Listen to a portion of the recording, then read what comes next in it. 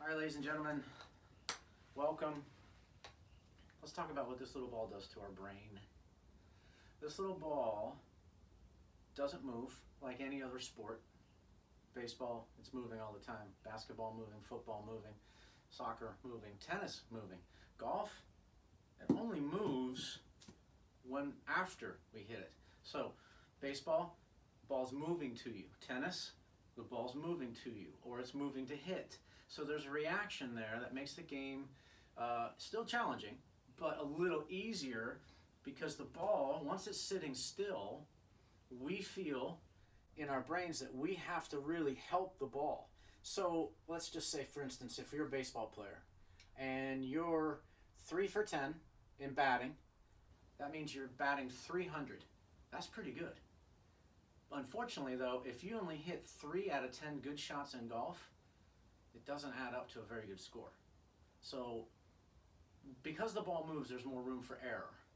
Therefore, you have the reaction to it and hitting it, and then you have the other players in the field either catching it or throwing you out, determines that over the history of baseball, 300 hitter is pretty good. In golf, if Rory goes out and only hits 3 out of 10 good shots, he's probably going to shoot 80 and never ever make a cut again. So because the ball's stationary and our reaction is only really internally to our own thoughts and outside agencies, meaning is there water, is there out of bounds, is the bet increased on the tee, am I hitting in front of people that I'm nervous about or I want to impress. Now all of a sudden we're trying to do things down at the bottom of the swing or during the swing that is counterintuitive to making the ball go in the air and go where we want it to go for the most part. Now, another thing I want to speak about is that in golf, we try to make the best swing we can and then we allow the ball to go somewhere, really. Don't try to make the ball go somewhere. We want to allow it to go in a certain pattern, in a certain shape, and when that lands and wherever it lands, then we find it and we try to do the same thing onto the green, and then we're going to roll our putt on a line and speed that match, and hopefully it goes in for birdie. If not, it's hopefully a par or bogey at worst. So with the ball on the ground, what's our instinct? Our instinct is to add loft, because we all know these clubs have a certain amount of loft. Now there's 14 clubs in the bag. That's all you're allowed to carry. Now the bag is different for everybody. Some people might carry 2 or 3 woods and a driver. Some people might only carry 1 driver and a hybrid and then the rest irons. Some people might have 4 or 5 wedges. Some people may have 3. So, but the most you can have is 14. Each club has a certain amount of loft. No club has the same amount of loft. Well, let me back up. You could have a 3-wood and a hybrid the same loft, but then the length of the club is changed to create a different flight or distance. Okay, so you might have a 16-degree hybrid and a 16-degree 3-wood. However, the 3-wood, because it's 4 to 7 inches longer, is going to hit the ball a little further just because of the physics of the swing and how much faster we can swing a longer club compared to a shorter club. Okay, so I have 9-iron here. Okay, 9-iron has a certain amount of loft. Your 56-degree wedge has 56 degrees. Your 9-iron, don't quote me, I want to say it's like 41 degrees of loft.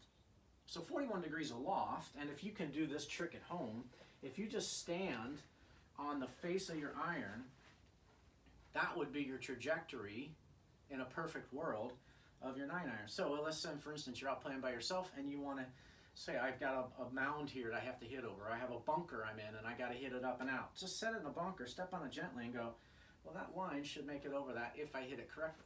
However, for whatever reason, our brains decide that we want to make that launch angle more this way because we want to get it in the air. So that's when we're coming in this way and we're adding. So I went from 41 degrees aloft, so let's say 60. Well, now that 9-iron is not going to go as far because the more loft, the less it travels. The less loft, the further it travels. Driver has, well, Bryson has what, 4 degrees or 4.5 degrees of loft?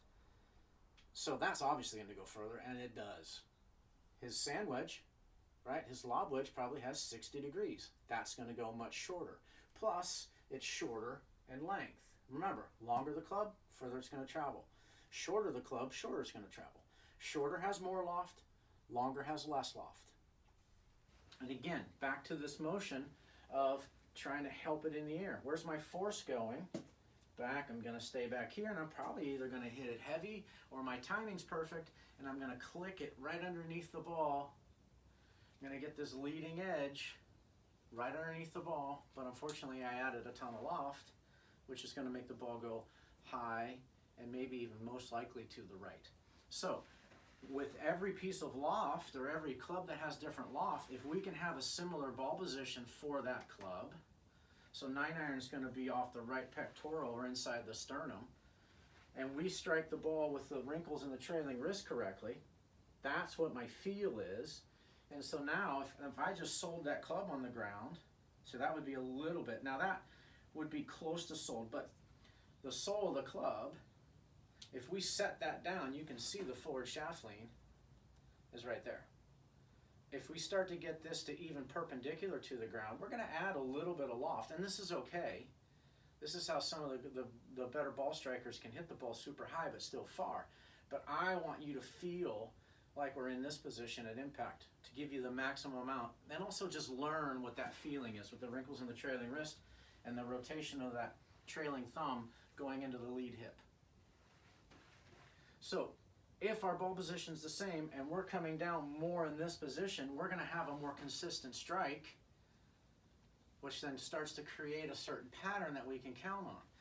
If I'm in here, and I've talked about variance before, if I have a variance of my right wrist going this way, I'm adding a ton of loft here.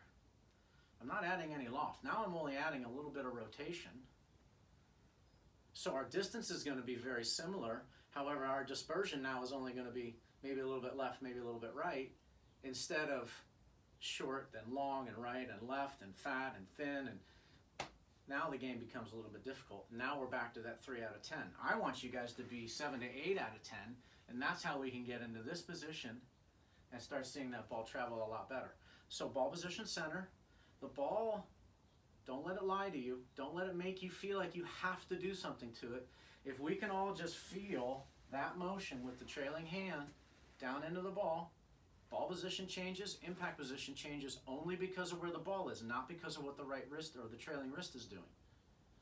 We're going to start to see a lot better strikes into the ball. So let me hit 2 and see if we can hear the difference.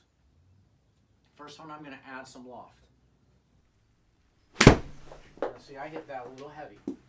Now this one, I'm going to swing the same speed, okay, and that one I hit out on the toe.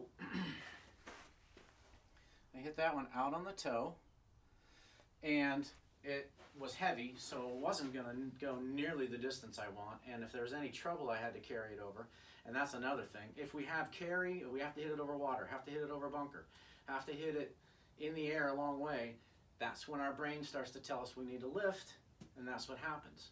We're going to either hit it fat, thin, we're going to hit it solid, but it's just not going to go as far as we want. So now the next swing is going to be the same thing, but same speed, excuse me. However, at impact, I'm going to be more in this position, and we're going to see the ball. I'm going to have still, 40, 35 degrees, maybe 27 degrees of loft. That ball's still going to climb because now I'm creating backspin, which creates lift. Okay, so I'm just going to make a nice smooth swing here.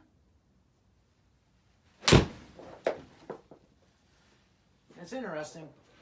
I tried to swing the same speed, but if we had the flight scope on, my speed went from, let's say, 70 miles an hour with that first one to maybe 86, almost 90 on the second one. Okay, and now we can't see the mark on this one because I hit it right where I've been hitting them. So that was dead center. And that probably went very close to the yardage that I know my 9-iron can go. And now I have a birdie putt of whatever length. Could be 20 feet, could be 1 foot. But I'm playing more consistent golf, and I'm not letting the ball dictate what I want to do, meaning I'm not trying to lift it in the air. Okay? Good job.